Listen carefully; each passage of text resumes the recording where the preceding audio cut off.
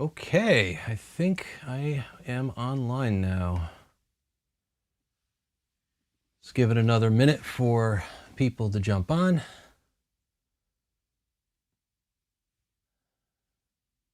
There is a little bit of latency going on here. Let me know if you guys can't hear me. Let's give it another minute to get started.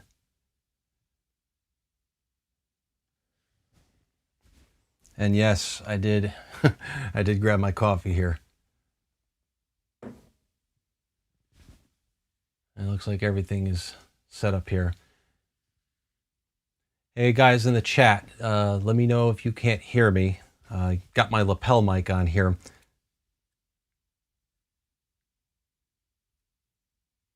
And there's maybe about, I don't know, 10 or 15 seconds lag. It's probably not the best, but that's how it's set up here, at least for now. Trying a bunch of new equipment.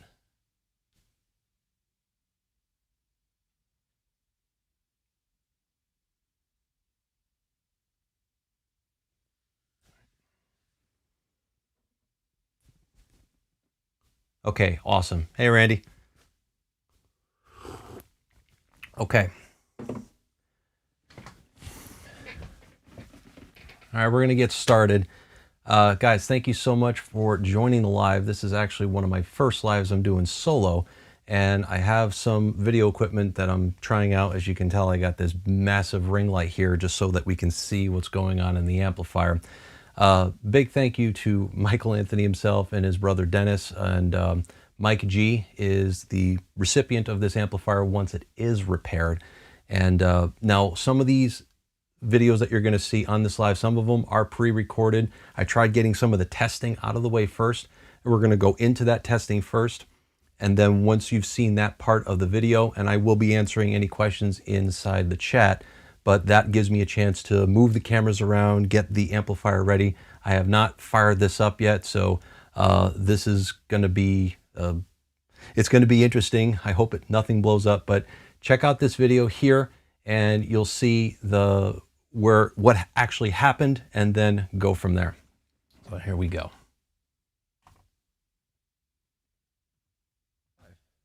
Hey guys, and welcome back to my channel. So I'm going to be trying out some new equipment here for my camera system, but I will be doing some pre-recorded segments on the repair of this amplifier as we get started. And I'm trying to cut out all the non-important stuff so it's not so boring to look at. But I have a couple different angles that I'll show you right off the bat. So we have me here.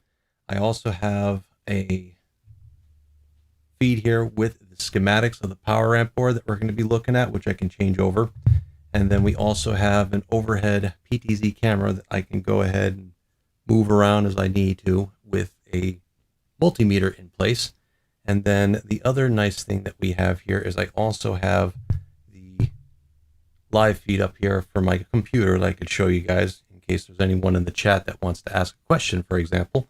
And then the other treat that I have here is a multi-source where I can actually kind of show two different feeds at the same time. That should make things a lot easier when we are going through this repair. I'm going to be doing a lot of different checks before I get the new power tubes in, and just to make sure that everything is working correctly. And as a matter of fact, as I call this one part up here, I'm going to go and check this out. I'm going to go and show you exactly what happened to this amplifier when it was turned on the last time. And Mike, thank you so much for sending me this video, and Dennis, thank you as well. But everyone, this is what happened to this amplifier before I had taken it apart and got it in from Mike here. So here we go. Calling this up. There we go.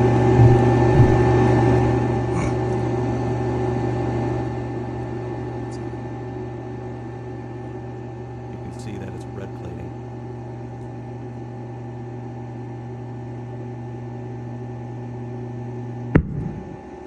Ow! So yeah, it didn't do very well, and I actually have that vacuum tube right here. As a matter of fact, I can probably just move the PTZ over just a little bit so that you can see what's going on here.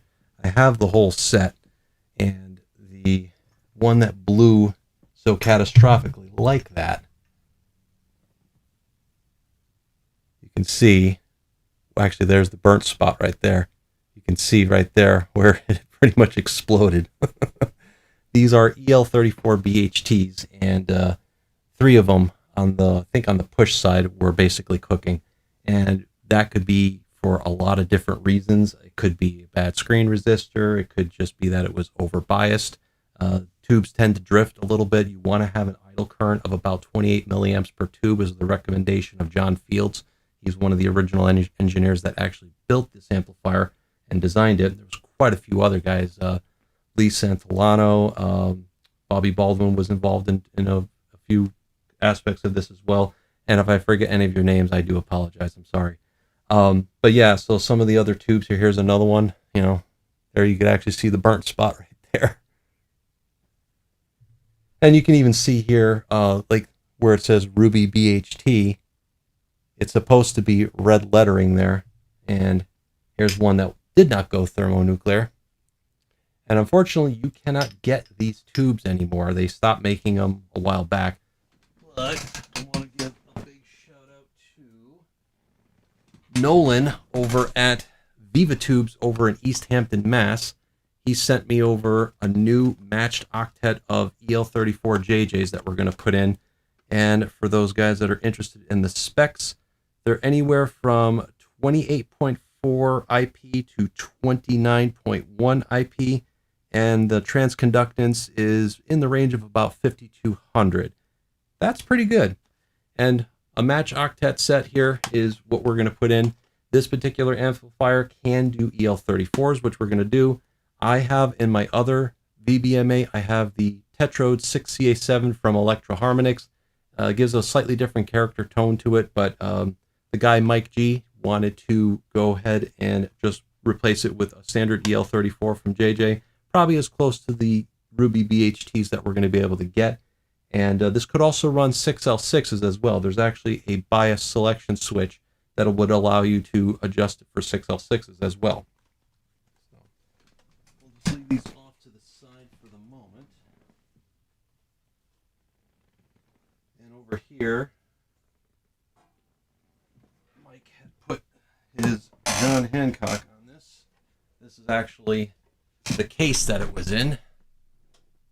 So this is going to go to Mike G back out in California. Move this off to the side.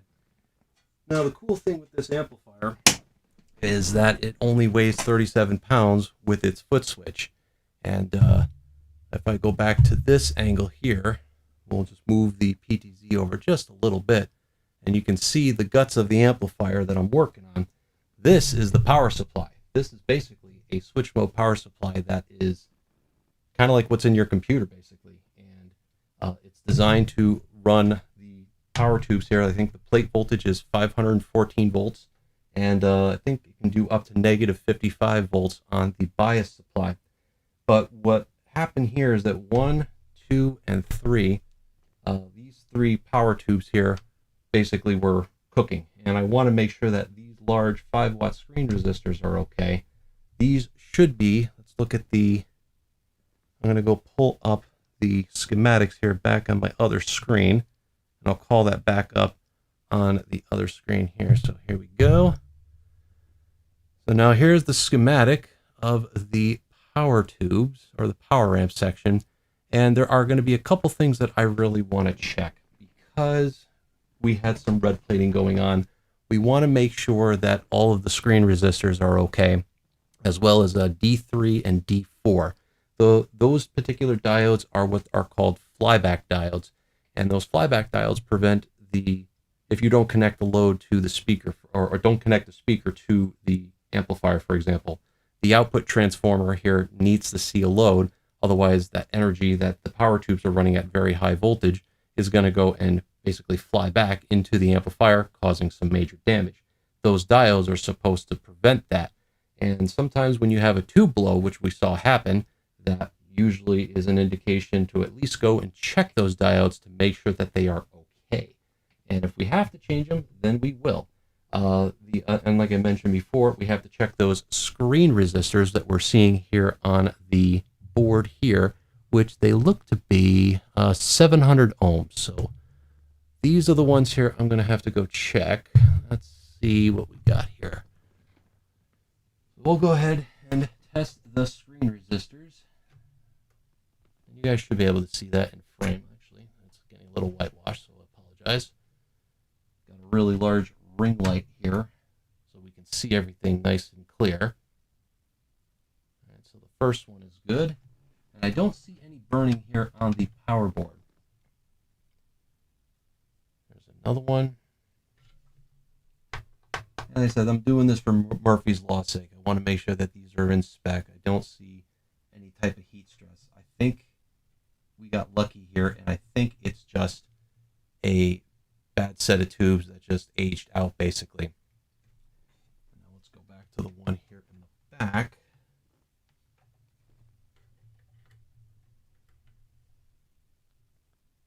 See if we can get a good connection to that. And these are going to be within a certain percentage of tolerance there, so that looks good. That was the one that was red plating, so that's good. That's one's in spec. All right, that one looks good. Got two more to check.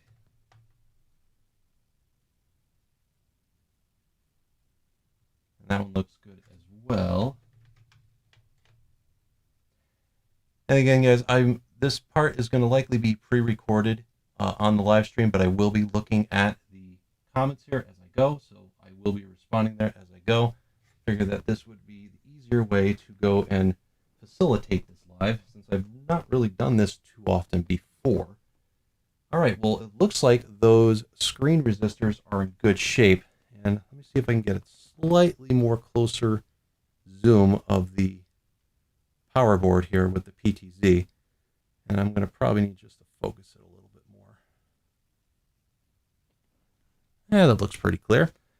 All right, now what we need to do, and I'll see if I can turn this a little bit towards you guys here so you can see what's going on. And what we're going to go and do on that, first, back to the schematics, we want to look at D3 and D4, which are right here. Those diodes are actually located right here. So we have one right here, and then we have another one right here. And what we want to do is, I'm going to zoom this back out a little bit so that we can see what's going on here with the multimeter. Now, what I would expect for one of those flyback diodes, we should see a reading with the banded side. Diode test here. Now the banded side with the negative lead on there, we should see anywhere from 0.8, 0.9, and we're getting a little bit higher, and that's because the primary side of the transformer is still connected. If I was to unplug one of these, which I really don't want to do, just simply because these spade connectors are nice and tight, that's the part where the output transformer, the primary side, is connected right here. These three lugs right here. Now, if we switch the leads, we should see a diode voltage here. So now with the red lead on the banded side, I'm probably going to see an infinite ohms here, which is okay. We want to see that. It means that the diode is not shorted. And if we just reverse this back, 0.97, 0.98. Probably going to go up just a little bit, and that could just be the resistance of the test leads. Let's see if we're going to get a similar reading here. So with the negative lead on the banded side, where are we here? A little small.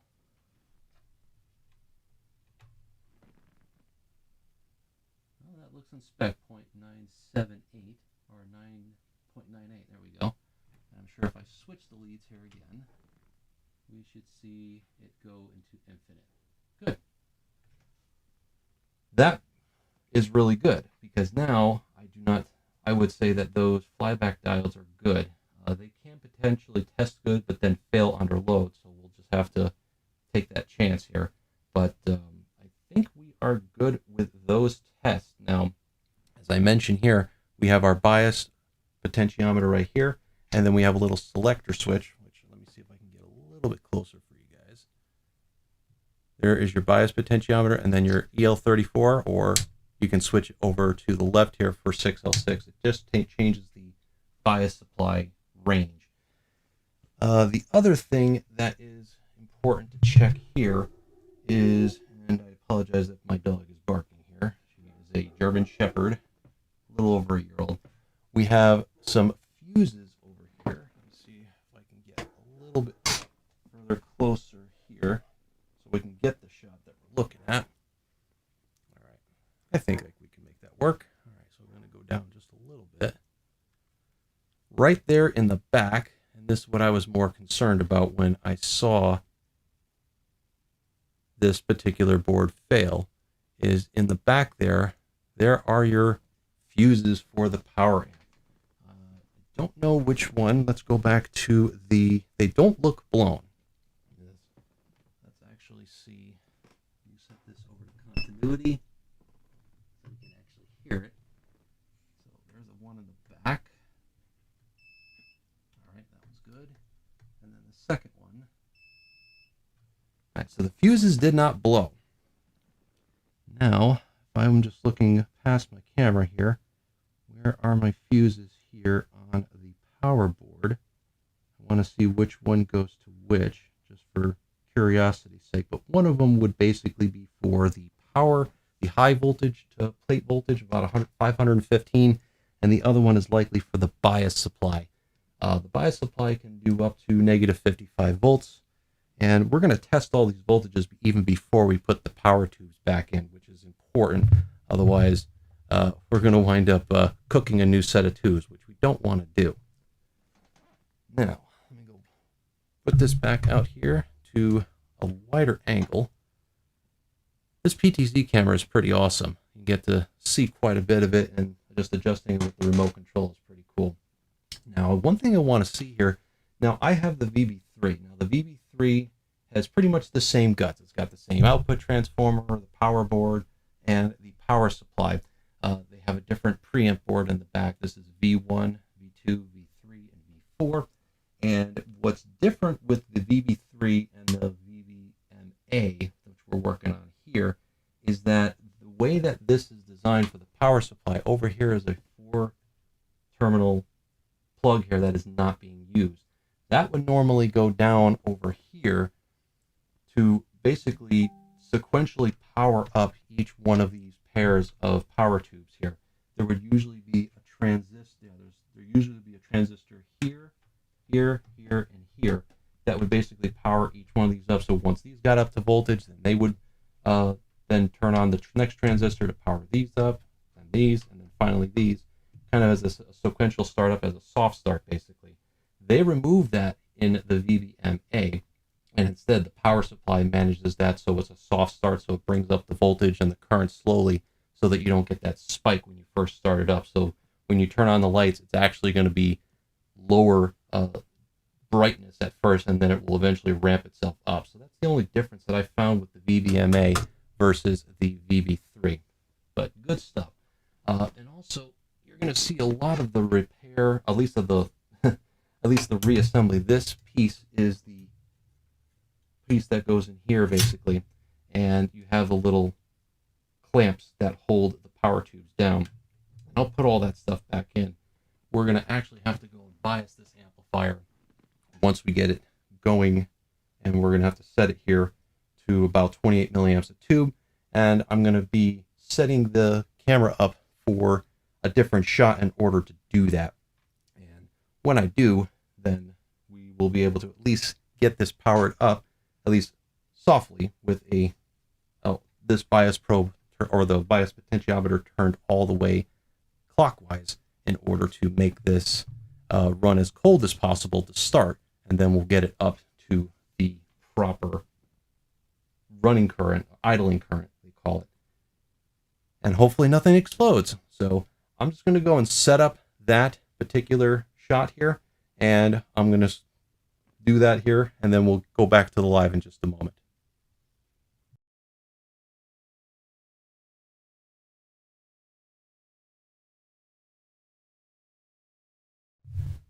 Okay, I hope you guys can hear me a little better. I had to make some adjustments to my microphone, but I got a nice bird's eye view of the power board here, as you can see.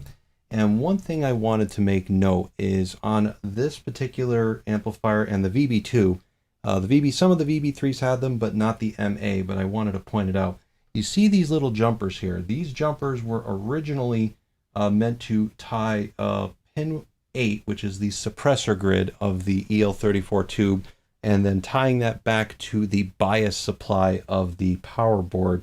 And while that is it's a worthy circuit, it's a very risky type of design, because what would happen is that if one of the tubes decided to develop a short circuit, for example, and it shorts out to that suppressor grid, then what's going to happen is that it can potentially it used to go through a 10 kilo ohm resistor. It would burn that resistor, and if it took out the bias supply, which one of the, I believe it's this front one here that goes to the bias supply here, would actually pop that fuse. You would lose the bias supply to all of the tubes, and then you would be red plating on every single tube, all because of one tube that could potentially just short out. Instead, what PV realized later on, when other companies that had similar designs were having problems, it actually came from Trainer amplifiers. Pete Trainer actually did that kind of design. Bobby put it in. Bobby Baldwin was one of the engineers, to my understanding, and he put that in there. It did not. They were having so many problems, so they decided to take them out. So now the corrective action, which you shouldn't have this on the MA, maybe on the VB3 and for sure on some of the VB2s, was to remove those 10 kilo ohm resistors and instead tie pin 1 to pin 8, these two right here, where the notch is. That way, in the event that the suppressor grid shorts out to either a screen or the plate, it will just pop the high voltage fuse, ideally, and not ruin the rest of your power valve set. So that was really the main difference in the power board design between the earlier versions of the VB3, for example. And this is definitely an early version of the VBMA, and I know this because if you look here, if I can get well, it's a little whitewash, but it basically says, let's see here. This is why I think this Mike G is going to have a very nice time with this, because if you see here, it says this device is a prototype for beta testing only, not for sale. And this was made before they applied for the FCC. I think it's the B15 rules or whatever they call it. So this was made in 2013 roughly, and this was definitely one of the earlier ones that was handmade. Very, very nice. But I wanted to share that piece of it. Let's switch over to another angle, and that should start the next section here, which I wanted to show. After looks like we've tested everything that we needed to test, now we're going to start to put together the bias probe setup and start putting the new tubes in, because I'm not finding anything that is shorted out or burned. And I know that the amplifier powers up, it turns on. I am getting signal out of the preamp section. I am going to then go and check the power section for the proper voltages, and that's what we're going to do next. All right, guys. Well, thank you so much for bearing with me. So now this is live. This is today at this moment, and I'm just going to go and unplug the headphones so I don't get a double back. It sounds like it's repeating back to me because there's a slight latency. But as long as you guys are able to hear me okay, here I have a lav mic, and I'll probably just bring this down just a tiny bit. I don't want it to peak out. But okay, so now what I wanted to show you guys is I have another angle that we're going to go and do, and this is on the PTZ, and this is where we are currently. Now I'm just going to make one more adjustment here to the multi-source here so I can see in both sides here. We have input 8, and then there we go. So we want input 6 there. That's better. Okay, so now you can see me as I'm chatting here. Let's try this multi-source. Hey, there I am. Cool. All right, so what I've done so far is now I'm using what's called the Amptata V8 bias probe, and I'm going to set up another angle so you can see them. But what I was able to do off camera is I was able to power this up without any tubes in them. And John Fields said that I can power it up without any power valves in there. And that's probably the best way to go and test the circuit to make sure that there's no problems going on with it. He said there's enough of a preload with the switch mode power supply, and the preamp tubes are still in there as well, where you can turn on and not have any ill effects.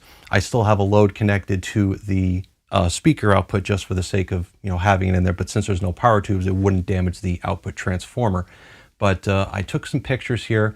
You can see that when I was testing without any tubes, we are getting a plate voltage of 514 volts. Okay, we'll show off that schematic in just a second.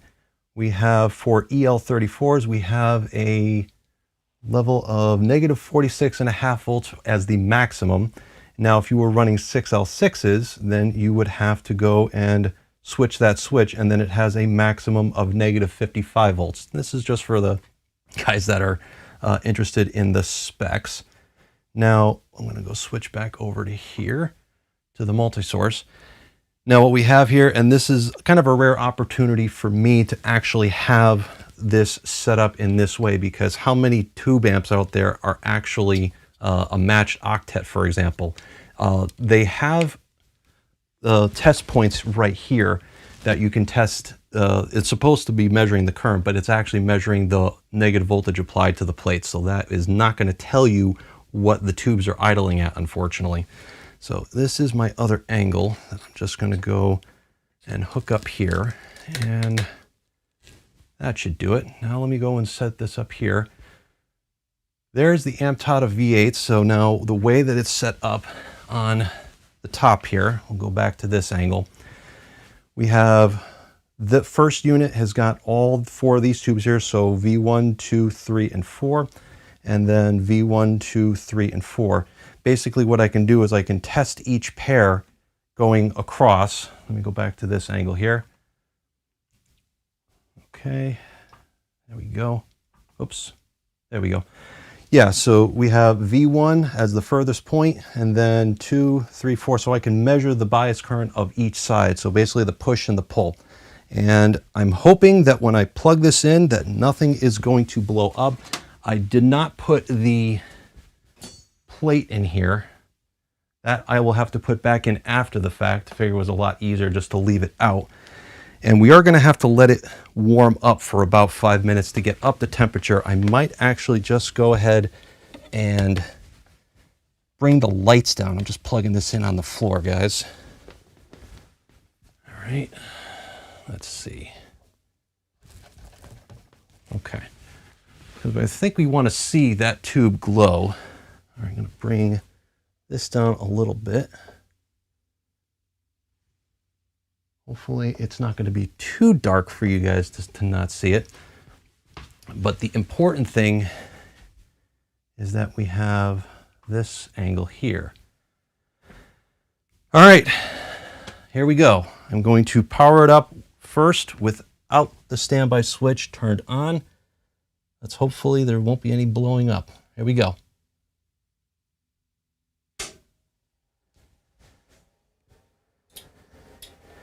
So here's some of the relays click. I don't know if that's coming through on the microphone, but I do see the filaments. I'm going to bring this angle down a little bit. We'll get it more closer to what the is actually showing you here. I may actually just shut off the overhead light just so that we can see the tube glow. I really want to make sure there's no red plating.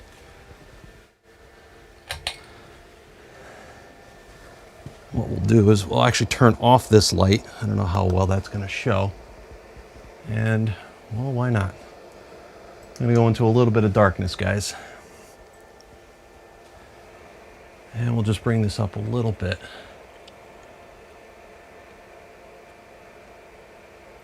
All right. Can you guys see the tube glow on the screen? It looks okay on my preview screen.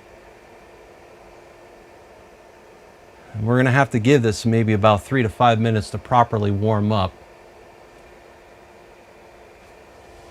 And we'll start off with the bias all the way counterclockwise too, just to make sure. And while we're waiting for it to warm up, I'll make this multi-source so we can watch both inputs. So we need to do input 1. And then, oh, okay, there we go.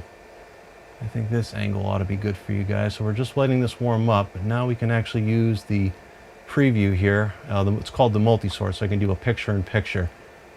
How's that?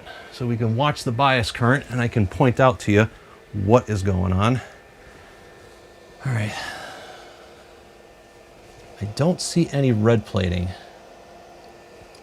but we haven't turned on the standby yet. Now there's actually 2 fans that's in this amplifier. Right now one of them is it's supposed to go overhead. So the air is drawn over the power supply this way to this way, and then the top fan would evacuate the hot air from these power tubes there. So I'm sure it's going to get warm pretty quickly. All right, so what we're going to do is we're going to look at this pair of tubes here first. So that's what V1 is. And I think that's about as good as we're going to get it. I'm going to hit the standby, and if something goes pop, I can at least shut it off very quickly. Contact.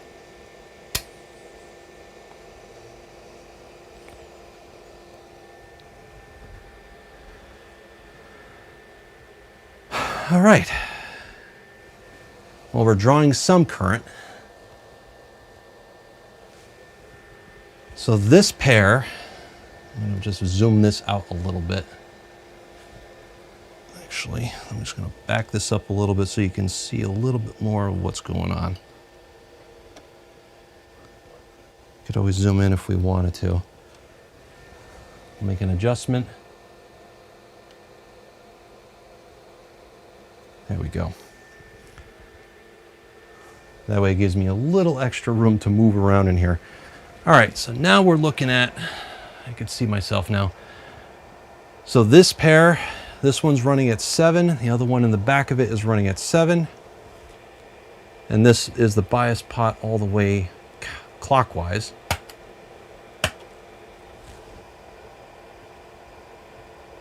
So about the same amount of current. That's this pair. And now let's go look at V3. It's this pair. 6.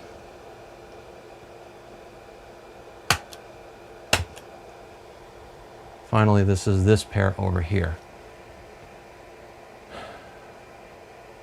All right. Nothing's blowing up, guys. I'm liking that. So 514 volts of plate, and I run mine at about 28 milliamps a tube, and that's a little bit cold. I don't expect that Mike G is going to want to be blasting this loud every single weekend. This is more of a collector's piece for sure. But I'm going to go and set it to 28 milliamps. You could go up to, I believe, about 35 milliamps a tube. That's about 70% dissipation. But we want these tubes to last as long as possible, so I'm going to bias it a little bit cold like I did mine, and we'll go from there. So let's start off with this pair first. I'm going to put them back on here. All right, we're just going to bring up the current slowly.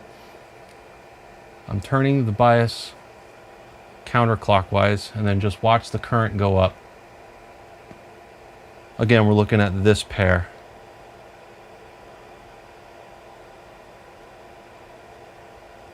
Little at a time. Here we go.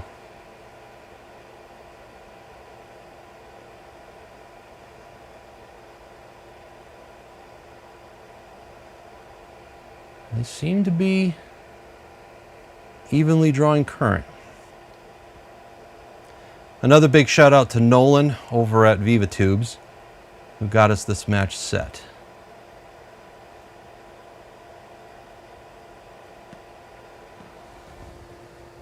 I don't see any red plating. Mike, I think you got lucky. I think the tubes just were running really hard. I did not find anything else broken on the power board. I'm gently bringing this up.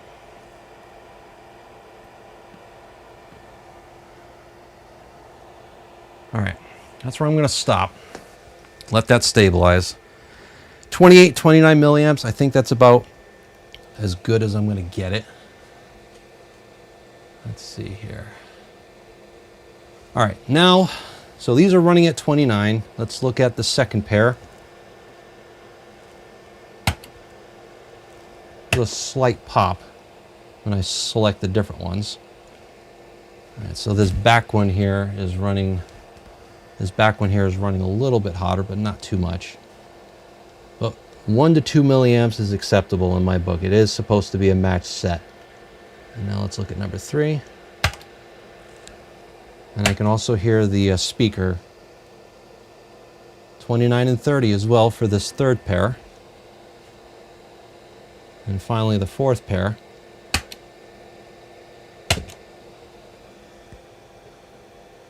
And then for this final pair here. That's really close.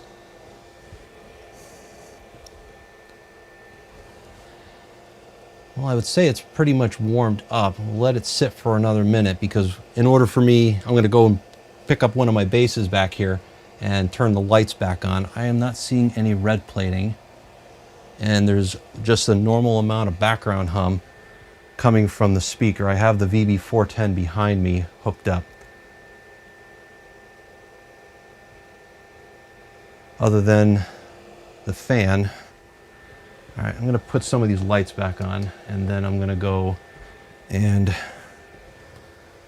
get myself back out here.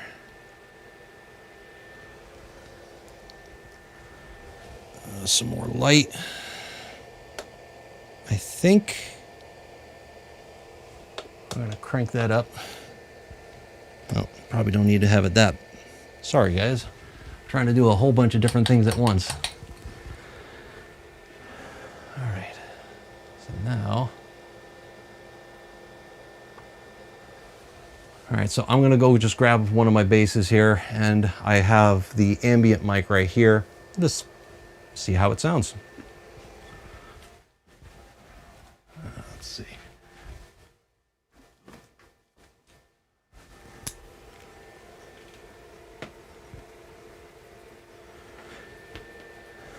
Is there any questions? Has anyone seen an amplifier like this before?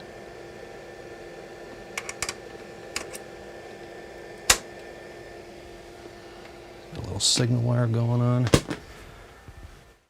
Oh, which one? You know what? Let's go and get my 50s precision.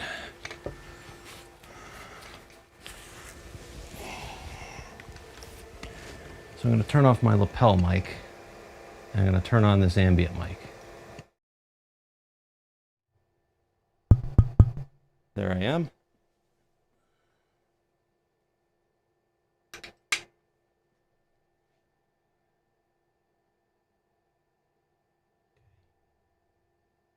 We'll just watch the current go on here.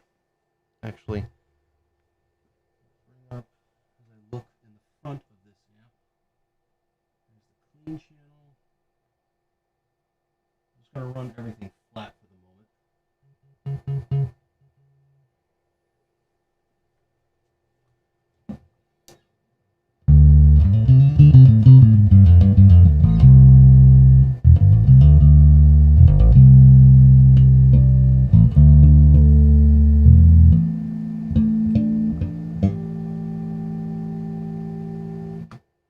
Don't hear any background. I love to do the Ricky, but it's in the closet at the moment. So in order to get access to it, I'd have to move a ton of stuff. I have all the boxes here with the video equipment and the test equipment that I was using before. So maybe next time I'll probably, because I still have to put this thing back together. If it's going to hold true, then doing the reassembly is going to be fun. But I'm just going to noodle around here for a minute just to make sure I don't hear anything out of the ordinary coming out of the speaker.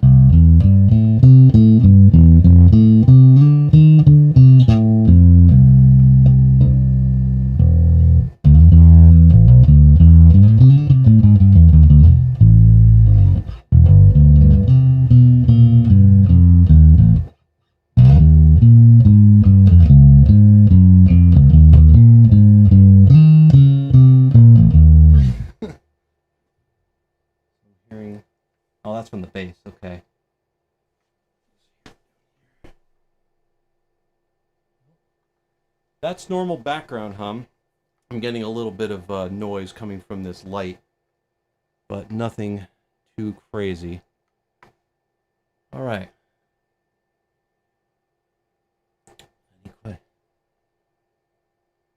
All right, so let's check out this the chat here. What's going on?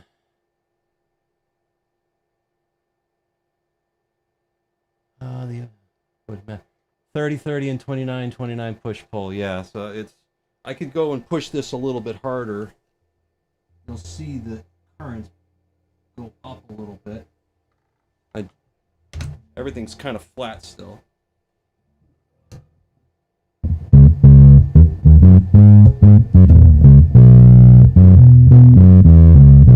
Sorry if it's getting a little loud there.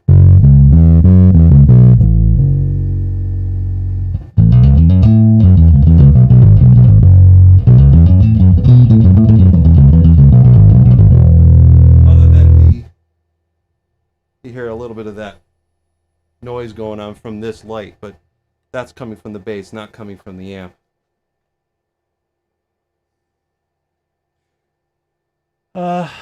Let's see. Yeah, I get it. 30 and 30 and 29 29, the push pull die cutting, I get it. You know, right now that's 29 and 29. That's 28 29. It's been running for a few minutes. Oh, sorry guys, I didn't realize I was not showing you that. So on the fourth, there we go. So on the fourth one here, all the way on the edge here, so 29 and 29, 28 and 29, 28 and 30. So this one back here is running the hottest. And then finally 29 and 28. Within 2 milliamps, it's not bad. Now you could probably hear me a little better now with my lapel mic. I'm going to take the bass off here and then once I turn down the volume, but the idle current there is very close. That is about the best that you can expect these days, even for new production tubes. You know, a little bit of mismatch can actually help you. It adds some even order harmonics, so it makes it sound a little bit sweeter to the ear. But you know, for sake of idle current, this is really good. This is excellent, and it's been running for what, about 10-15 minutes? And I'm not hearing any noise here. I think we'll be able to test the noise here with on the XLR with make sure that the preamp is good, but that's after I get everything put back together. So I'm gonna go ahead and just turn this down so we don't have any big noises here. Turn, oh, you know what? Why not? Let's try the overdrive channels. I apologize to my wife ahead of schedule here because I know she's going to be very upset with just the sound of this. I'm just going to turn this down because that is just going to blast my eardrums completely out. I'm barely above 2.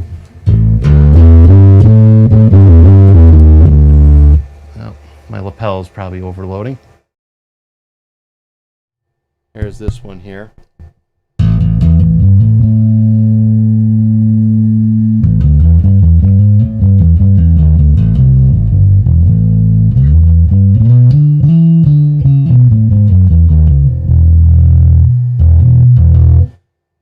Now the microphones are not, I could definitely hear the distortion. It's just I can't turn this up without blowing my walls down here. Well, I think I've heard enough to know that the amplifier is working correctly. Back to my lapel. Let's turn everything down so I don't cause a big pop. Shut off the overdrive channel. We'll check the bias one more time, and then I think we're going to shut it down, let it cool off, which that's going to take about 10 minutes to do anyway, because those power tubes get very hot when they're running, and you don't want to touch the hot tubes.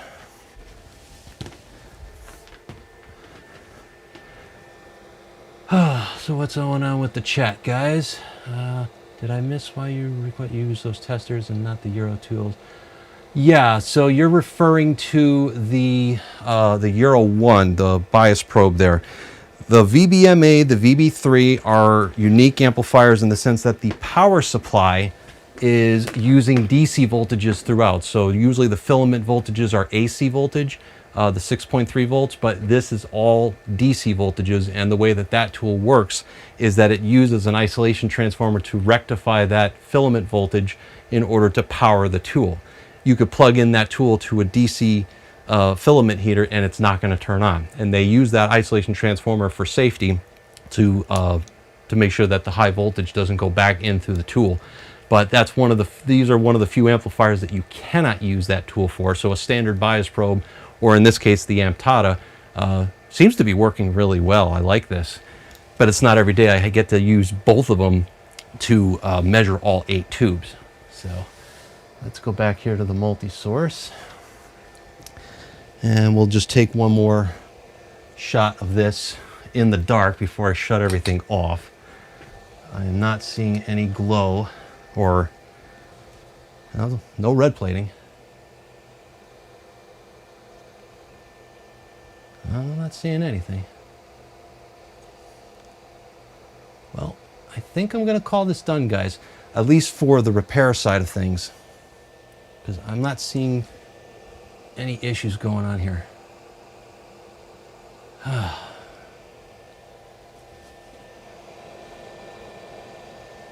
Ooh, man, you can cook some toast on that. All right, I've seen enough, guys. I'm going to go and turn all these lights back on. It was a little cumbersome with all the lights, but I have seen enough where we're going to shut this off. And just running this amplifier for the few minutes, the temperature in my little 11 by 13 office here has raised like 2 degrees. So it's a space heater, that's for sure. But now what we have to do is we have to let this cool off in order to I have to take the tubes out. So let's back this up a little bit. Now I have to take each one of these out, make sure once they've cooled off, make sure that I put them back in the right way, and I got to get this plate put back in. But it's going to take a few minutes for that to cool off before I can even touch these things. And I'm right at that point now where I'm getting towards the hour here. I'll let it cool off for just a few minutes, but I think that's probably about the most I'm going to get done today. Now, to show you, back up this zoom a little bit more on this. Let me pull this back a little bit. The way that this clamshell box is, you have, this goes over like so, like that, and then the wire goes to the fan. And then the fan was supposed to evacuate the air coming out of here. But there's a ton of 632 screws to put it all back together, and then you have to get it back into the case. So that alone is going to take some time. I am not seeing anything else. Obviously I'm really going to be able to have to test this when nobody is home, obviously, so I can actually let it breathe and let it really rock the walls without causing my neighbors to get mad at me or my wife to get mad at me for playing this really, really loud. Yeah, I think, is there any other questions that people are interested with this amplifier? I think I might have gotten lucky with the repair, because normally on the power supply here, the power supply here is very unique, and the components inside, let's go ahead and actually, I'll just get a bird's eye view of that. Basically, all the components inside here can be had, with the exception of some of the mags or the little switch mode transformers inside, unless you have a power supply carcass. John said he has them if we ever needed it, but I don't think we're going to need that in this case. I think for something simple is really what, there we go. Let me switch back over to here, and here we go. I'm going to jump cut to this here. There we go. So what I'm referring to is that some of these components right here, so here you have some of these little transformers, there's another big transformer down there. All the other components I believe you can find with enough time, but that's what makes this particular amplifier very lightweight. You don't have that big heavy transformer making all the high voltage power, and then you have a smaller output transformer, which this is like a higher insulation class than your typical transformer, so it allows it to run it at a higher temperature but still output the full 300 watts of tube power. That's how it was explained to me. But yeah, okay, well,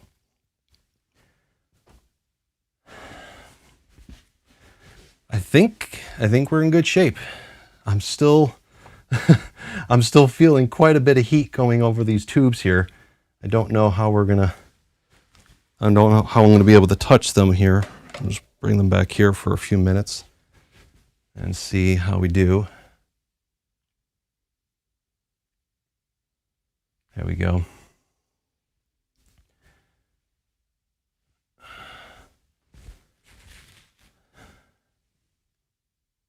Just touching the tubes to see, yeah, they're still pretty warm.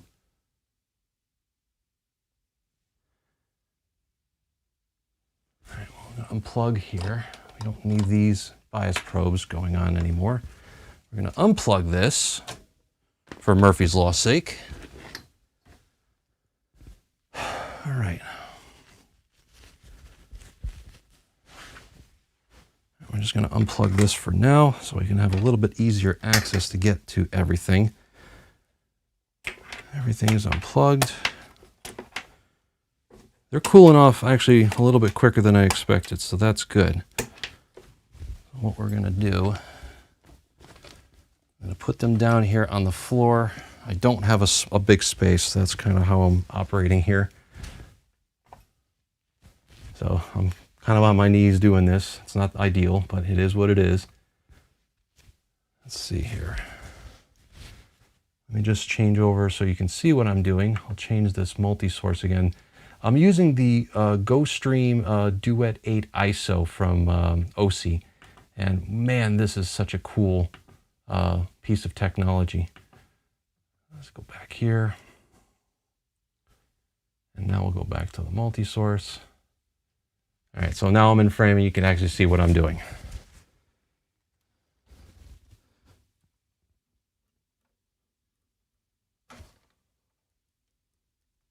Still a little warm. So what we're going to do is take the bias probe off of each one. Keep these in order so I know where they go back. Actually, you know, I'm going to put a rag right here, so that we don't get any finger oils on any of these things. Just below the camera, guys. I didn't go anywhere. Trying not to get my fingers burned here.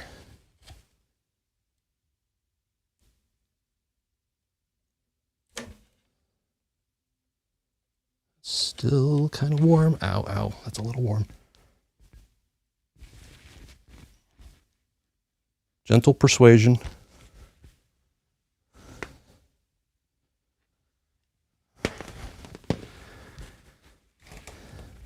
It's the first time I got to use that Amtata. That really worked out nicely.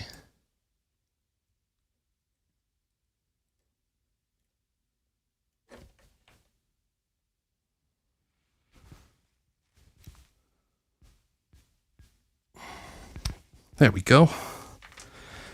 This is a painstaking process. Thankfully, it doesn't have to be done that often. Now, when you go to have this biased again, if they stay matched and stay low hours, then you really only have to put the bias probe on one of them since they're all pretty consistent.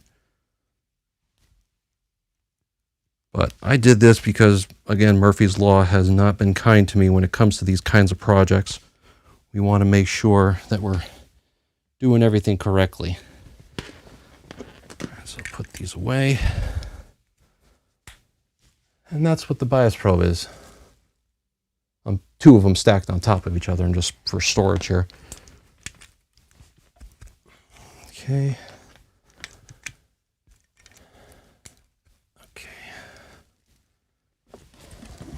Okay, now let's get the back set up.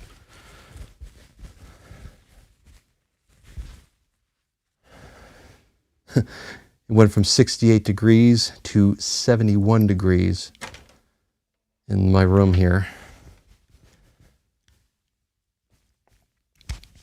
And we're just coming up on 3 o'clock Eastern Standard. I think what's going to happen is I'll at least get this plate put back in, and then I'm going to have to call it, because I don't think you guys want to see me just taking screws apart and putting the piece back together here on the top. Once that's on there, then everything else kind of falls into place. Then you slide it back into the wooden case. Now, the amplifier by itself, in its current form, only weighs about 22 pounds. Once you add the wooden case, that's where you're getting your 37 pounds with its foot switch. Now, Mike Anthony did not get foot switches when he had these amplifiers. And I think I'm going to wind up having to build one for Mike G, since he wants to have that functionality. It operates the channel overdrive and clean, and then the unique blend channel, the graphic EQ on or off, and then finally a muting circuit. You know, it's funny, putting these tubes in took longer than it is taking them out.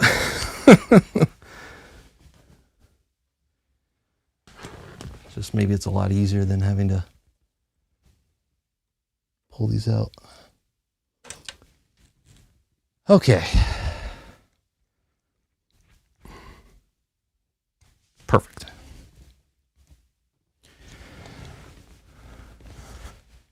If anyone asks, yes, my knees are killing me, but I'll be able to sit down here properly in just a moment when I put that back in. While the tubes are out of the way, I can start to put everything back together and get my short screwdriver so I can put all this back in. Okay. Excellent. Let's get this camera out of the way, because I don't think we're going to need this one anymore. At least not for this angle. Just try to get our wide shots going on here. Okay. So, let's see if we can move this a little bit. Hey, I got a proper chair this time. There's my screwdriver.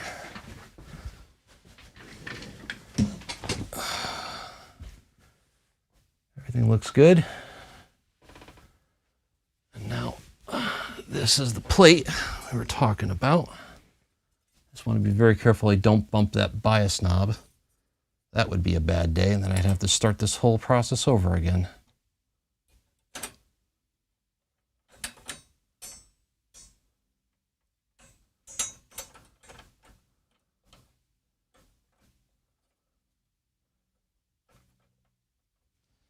Marvelous. They have these little clamp pieces here. Holds everything in. You guys see that okay?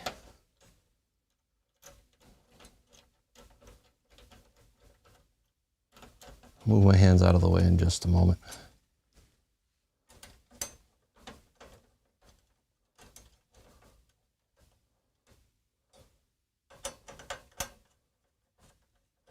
I think what we'll do is we may just do a bias probe on one of these just for Murphy's Law's sake, just to check it, since I know that these tubes are the right, within a milliamp or two of each other.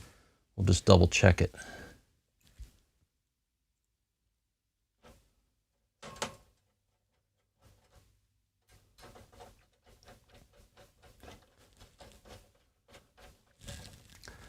I wonder if Mike G is actually watching this right now.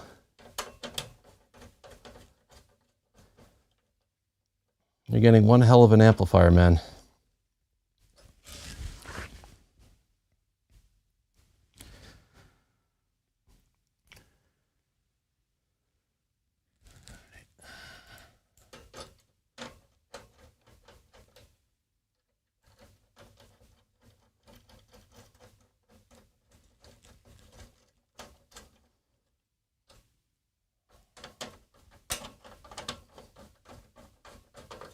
Okay. How's it going in the chat, guys?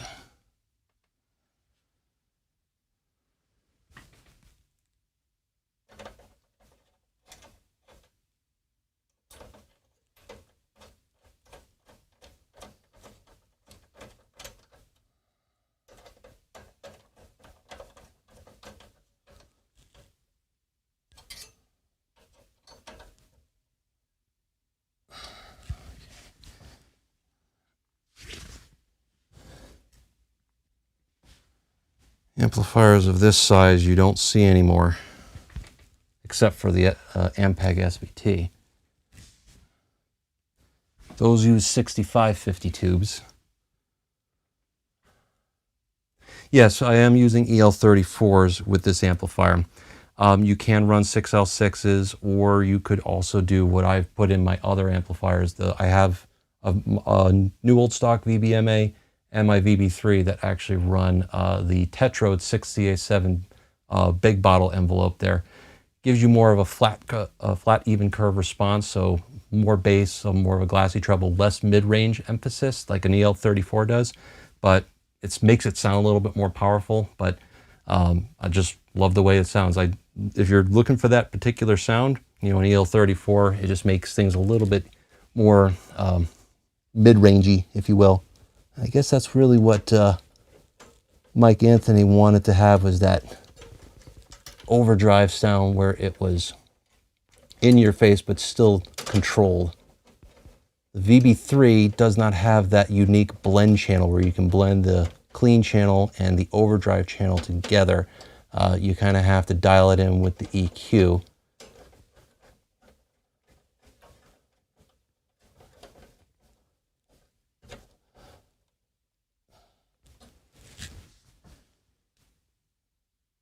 I have other videos on my channel if you guys are interested. Actually has a pretty good example of what this amplifier sounds like with the 6CA7s in there. I will say that this amplifier from Mike and the one that he signed for me as well does sound slightly different than the one that was put out to the different dealers, and it's not by much. I would say it's a little bit more of a gritty top end. So in the mid range, I would say like 2 or 3 kilohertz, for example. You just get that extra top end that makes you hear the clicking of the strings more. I don't know how else to describe it, but it is slightly different response. And the other thing too, since these were custom made for him, there are hand soldered resistors on the front of this preamp. I don't know if I'll ever be able to get a picture because they're so deep inside the amplifier here in the front. But it does lend to it just being a little bit voiced a little bit differently. And I'm able to say that because I have a new old stock that was sold at a dealer that was never, Mike never owned it, but it was definitely built to his specs. All right, almost got these in here.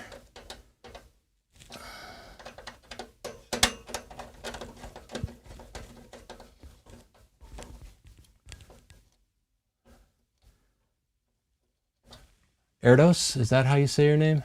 Okay, so I do apologize if that's incorrect. Actually, I have to turn the bias knob all the way counterclockwise to get near 70%. So, I think there's a guy over in California. He's a buddy of mine. His name is Mitch. He's got a VB3 as well as an MA, and we've both kind of run into this issue. To your point, it's the plate voltage that's causing that issue, having to go fully counterclockwise, because what's likely happening is your IP, or the current that it's rated for, is much higher than ideal for this amplifier. You could go switch it to the 6L6 switch in order to get that bias knob more closer to the middle, but now it's a different range basically. You can't get them to idle correctly unless you have a low IP match, which is exactly what Nolan at Viva Tubes got. I've bought pretty much all my tubes from him and from Austin over at Viva Tubes, and they know what I need for these amplifiers. It's just, you know, how it is, especially with the Tetrodes. Those Tetrodes tend to be IP matched at a higher current, which makes it a little bit more difficult to get them to idle correctly because the plate voltage is so high. most of the EL34s are going to get maxi matcher matched at 400 volts. And the higher that you go, it's going to change the specs slightly. All right, those are back in place. I'm going to go start putting these tubes back in and gently put these back in one by one. And then we're coming up at almost 3:15 here. Unfortunately, I am going to be running short of time, but at least I can get this all put together correctly. Let's see, where's that key? The key faces me on the back set. Okay. And then the keyway in the front here faces that way. I've heard many horror stories where people put these tubes in the wrong way and they wonder why they go snap, crackle, pop because they didn't insert them in the correct way.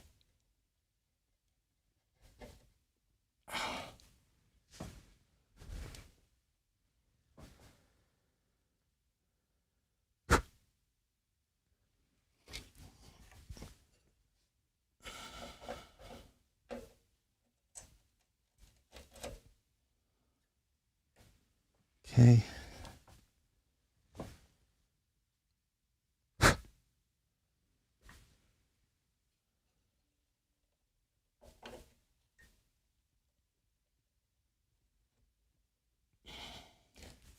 Hurt your fingers after a little bit. But they do hold them in place. So now the keyway is going to go back the other way. I'm holding these with a microfiber cloth, and maybe it's not necessary, but I don't want to have my fingerprints and my hand oils all over the glass envelope. So that's why I'm doing it the way I'm doing it.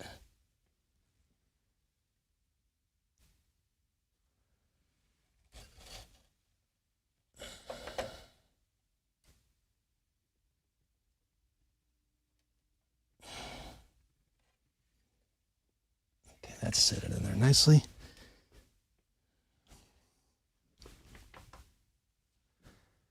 Yeah, I think I'm just going to do that for Murphy's Law's sake. We're just going to put the bias probe on one of these just to make sure that we're idling correctly. Just to make sure I didn't bump that bias. What am I missing here? Can't see the key. Oh, there we go.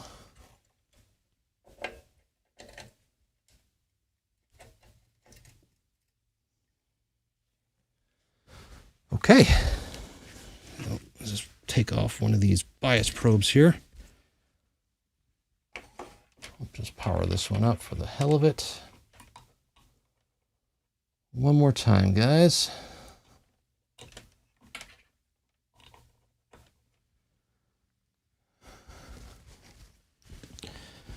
Again, Murphy's Law. You want to make sure that they're idling correctly. It's not every day you get a set match this well. And then that bias. Okay, so that's going to go here. Oops. It's great when you don't have the top on it. Okay.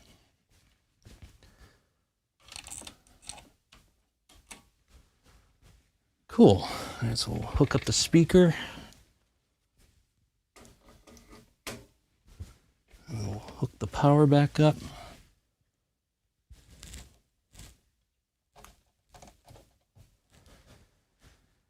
All right, final test, guys.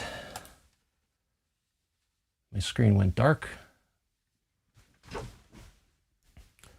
we go.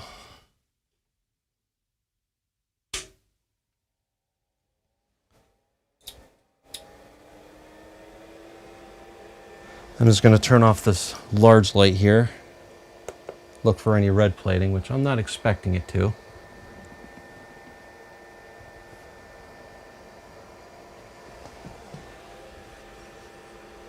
ahead.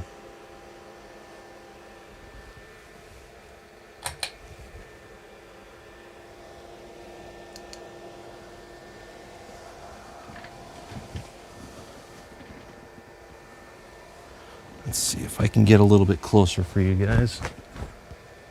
And I will show that I have the bias current here. I'll just call that out to you. Let me bring this down a little bit. Get you repositioned. Beautiful. They're warming up now.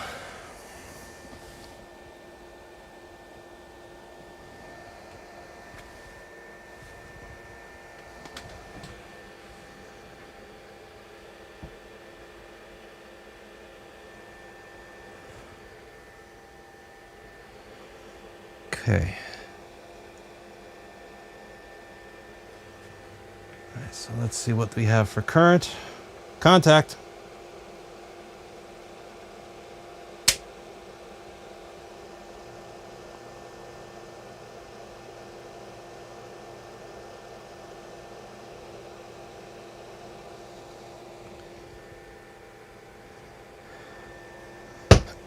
Uh-oh.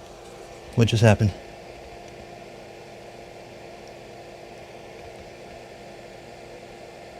Not seeing any red plating. I just heard a little pop.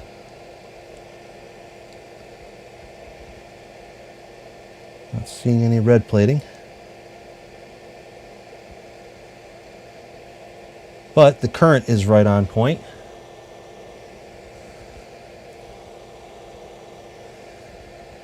Gotta say, my heart's pounding a little bit.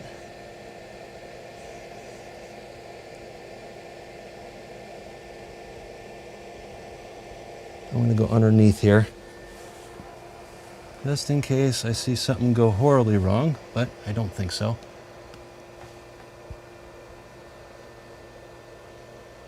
Current's holding steady at 29 on the one that I'm actually measuring.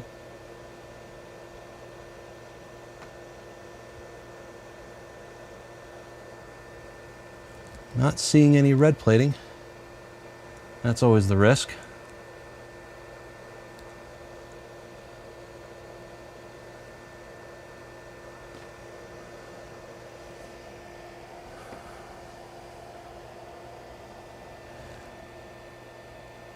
Huh, maybe that was just a fluke. That does look nice though.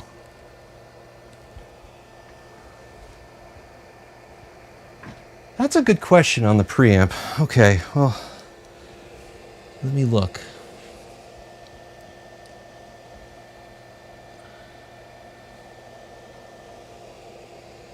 All right, the bias is holding steady, the current's steady at 29. I'm going to call that good.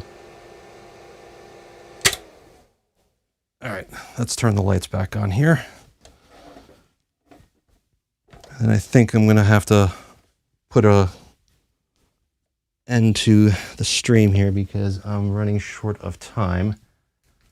But I will put this all back together. I'll at least show you guys how it all goes back together. But we will check out those preamp tubes. I think they're JJs, guys.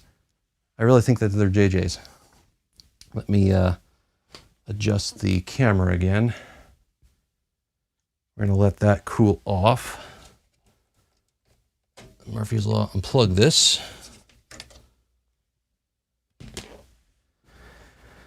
Well, I know for a fact that the pre-driver is a 12AX7 JJ. We have the phase inverter over here, which is a Ruby. But let's see what's in V1. It's a JJ, guys, and I wouldn't be surprised if there's JJs across the board here inside this amplifier. Of course, it's a little bit difficult to... It's not easy working inside this amplifier, especially when the top is on it. You need to have raccoon-like fingers to be able to work on it. It's kind of a treat to be able to work on it from above like this, so you can kind of get a bird's eye view of everything. But let me just see what this one is. It's a JJ.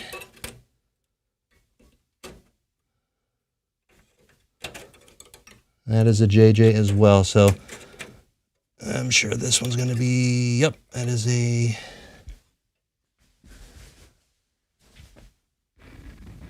Yep, that is a JJ as well.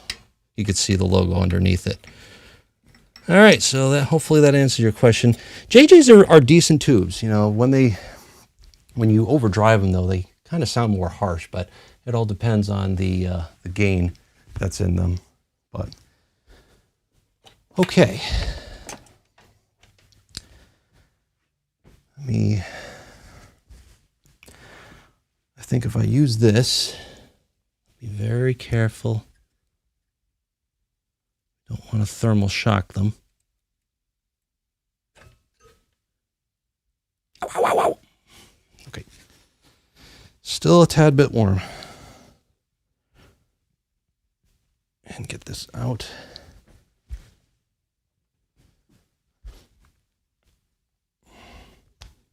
Okay. Okay, let's put this tube in.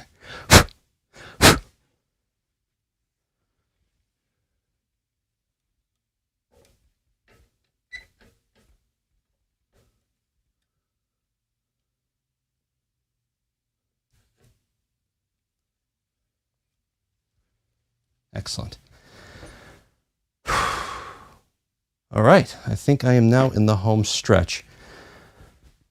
Well, there's really not much else to do other than put it back together, and obviously I think it deserves one more live for, I think, if anyone's interested, of course, putting the cover back on. There's a lot of these 632 screws that needs to go back on here, and then it slides back into the wooden case.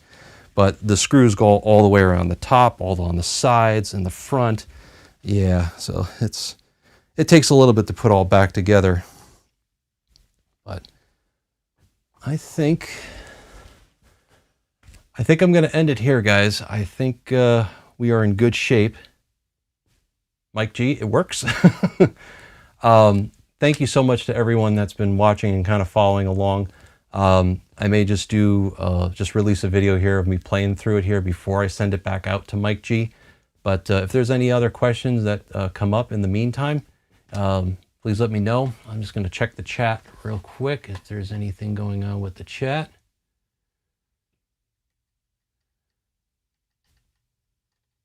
All right. Well, I hope this wasn't too boring. For anyone that's interested in this kind of tech stuff like I am, I've definitely enjoyed doing this because I love working on amplifiers in general. I love playing them too, but just very honored and just excited that we were able to get this to get working again. But Liptech VB3, there's a few of them on Facebook, I know that, but where are you located? Are you anywhere near Connecticut at all? I'd love to have a classic 400, but at 94 to 96 pounds, that thing ain't going nowhere. That's going to stay in the rehearsal space, something that big. Is it in tweed or does it have the rat fur?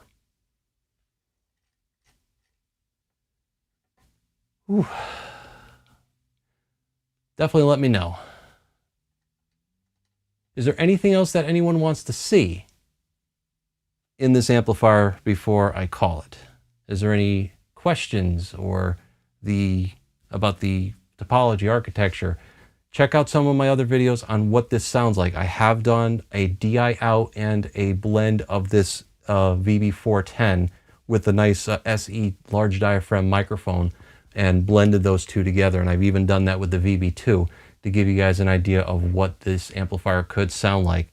I think I'm definitely due for doing a similar type of setup with this amplifier before it goes back out to Mike G. And I might just go and make a video with all three that are currently in my house, because I'll never have an opportunity like that again to have three VBMAs all lined up. I have more than enough equipment. In fact, it's kind of ridiculous, actually. This is what happens when you have, I have a 210 and a 15 here. I have the VB410 right next to it, and then the very first stack that I ever had is right here. I don't take that out on gigs anymore. It's a 410 and a 15. At most, I could probably get like $100 for each speaker. It's not really a lot because they weigh a lot. But I move them with this bad boy. That is a stair climbing hand truck. And oh, Mike, thanks again for all the hot sauce and the barbecue sauce. That one's not part of the set. Actually, I got that from my neighbor, but I took some pictures. I did buy another mustard, Mike. That is some delicious stuff. Now that the weather's getting colder, I'm wondering, we usually cook salmon on the smoker, but I think I'm going to definitely try to do a brisket here before it gets too cold. All right. Well, guys, thank you so much. I really appreciate it. And if there's any questions, feel free to reach out. And this has been fun. Look for another live here probably in the next couple days or so, or a video with this amplifier hooked up properly, listening to on your headphones, I would recommend. And we'll get a nice snippet of what this sounds like. And Mike, Mike G, I have to say Mike G, he's out in California. You're going to get a really, really nice amplifier. And thanks again, guys, and we'll see you.